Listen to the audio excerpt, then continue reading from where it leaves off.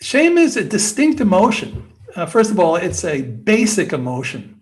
That doesn't mean it looks identical in everybody because it varies quite a bit from culture to culture, but everybody knows what it is.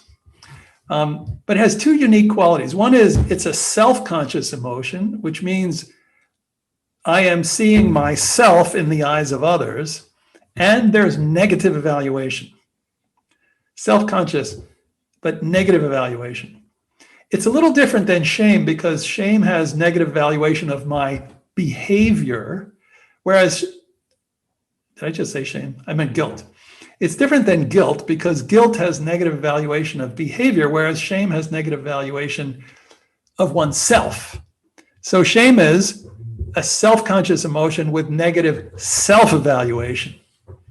It is seeing myself in the eyes of another, and it's not good. In other words, scorn in the eyes of another.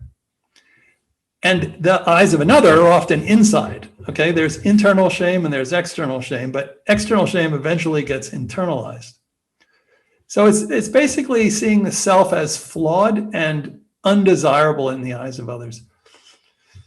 That's shame. And the difference between shame and guilt is that guilt refers to doing like a bad action, like I made a mistake. Shame says I am a mistake. Okay. And there's like intense shame, and then there's kind of ordinary shame. So in ordinary life, people, first of all, shyness is not the same as shame. People are born with shyness as a trait. People are not born with shame as a trait. You know, we learn that.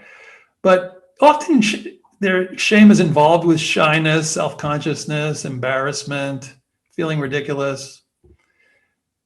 And then there's catastrophic shame, the kind that really destroys us, you know, humiliation, self-loathing, disgrace, feeling dishonored.